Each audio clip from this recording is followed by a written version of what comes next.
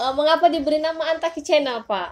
Oke, penamaan Antaki Channel ada beberapa yang mendasari sebenarnya. Jadi yang pertama memang kebetulan anak kami yang kedua itu namanya Antaki Rafiq Afkari. Ya.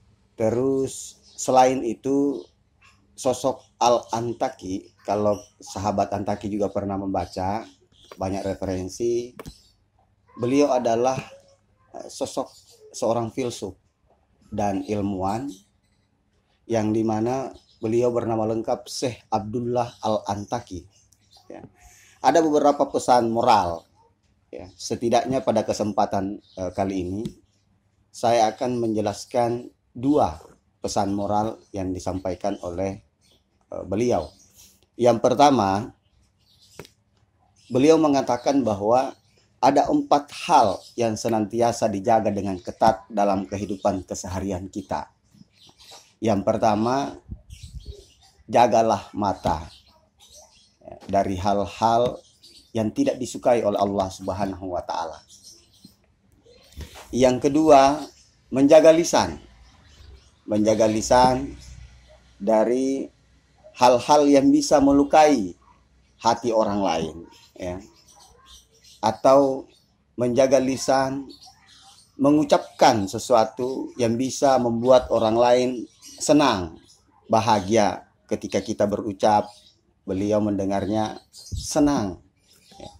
Yang ketiga, jagalah hati dari sifat dengki dan iri hati. Ini yang paling banyak juga ya, terhadap orang lain. Penyakit hati ya, penyakit Pak ya. hati. Ya, jadi bukan sirosis penyakit hatinya, tetapi ya sifat iri dengki tadi ya. Iri dengki. Yang keempat, jagalah hasrat dan keinginan terhadap segala yang tidak pantas dan tidak elok. Jadi ada biasa keinginan yang terlalu berlebihan, keinginan yang melihat mungkin orang lain mau juga seperti itu, padahal itu tidak menjadi kebutuhannya dia. Ya, belum lagi kalau misalnya agak terbatas memenuhi, dia agak terbatas kemampuan untuk itu, tetapi keinginannya terlalu berlebihan. Ya, seperti masyarakat konsumtif gitu ya. Konsumtif lebih banyak ya. Yang kedua yang saya ingin tanyakan adalah apa saja yang mendasari suami saya ini untuk membuat channel ini? Oke, kita kan sudah sempat juga sering diskusi, namanya kita suami istri ya, sahabat channel Antaki ya, bahwa kita sadar pendidikan itu atau menuntut ilmu itu sangatlah penting ya, baik untuk kepentingan dirinya kelak, keluarganya, lingkungan sekitarnya, bahkan untuk kemajuan bangsa ya. Dan kita ketahui bahwa generasi muda itu merupakan aset bangsa ya, penerus tongkat estafet pembangunan untuk kemajuan bangsa ya. Sangat banyak di luar sana sahabat Antaki, generasi muda yang memiliki motivasi, semangat yang luar biasa untuk menuntut ilmu ya. Baik itu di jenjang pendidikan formal misalnya dari SD hingga perguruan tinggi. Ya. Akan tetapi terdapat juga begitu banyak hambatan biasanya. Ada banyak faktor penghambat dan salah satunya biasanya adalah kondisi ekonomi yang terbatas ya, dalam hal menuntut ilmu ya, khususnya pada jenjang pendidikan formal. Kita dan banyak sahabat Antaki di luar sana, kami yakin bahwa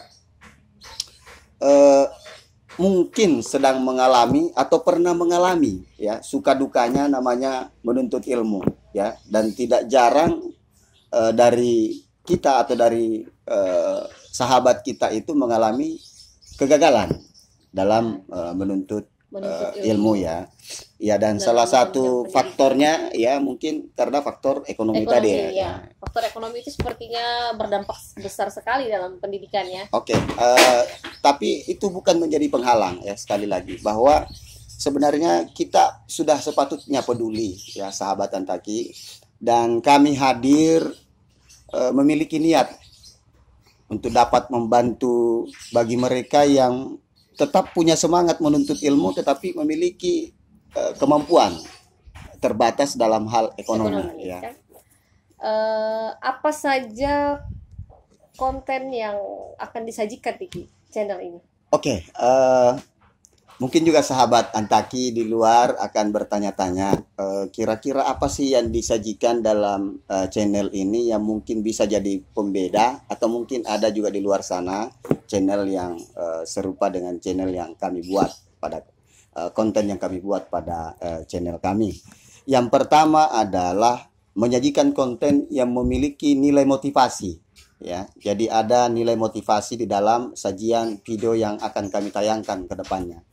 Baik itu dengan narasumber dari unsur pemerintah misalnya, dari unsur swasta, dari sekolah, universitas misalnya gitu ya, maupun yang sifatnya personal ya, yang kami nilai patut untuk kita sebarluaskan karena mengandung nilai motivasi di dalamnya untuk pendidikan ya. Pertanyaan keempat ini yang saya ingin tanyakan adalah siapa saja sasarannya, apakah ada kriteria tertentu? Oke, yang pertama itu tentu keluarga yang kami nilai, yang kita nilai kurang mampu secara ekonomi ya dalam hal pendidikan anaknya. Itu yang pertama.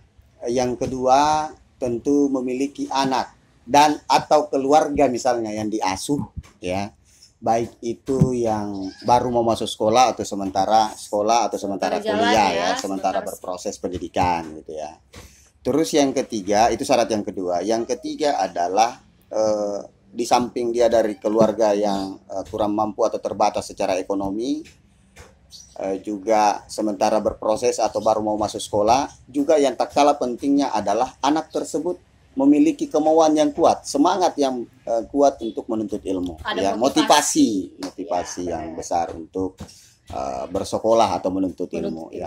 Jadi 3 kriteria itu yang kami pada program nanti bantuan, baik itu yang bersumber dari kita maupun dari mungkin para donatur sahabat Antaki di luar sana, yang yang bisa dijadikan ya kriteria dalam hal menentukan siapa yang punya kesempatan atau yang berhak menerima bantuan. Ya. Okay.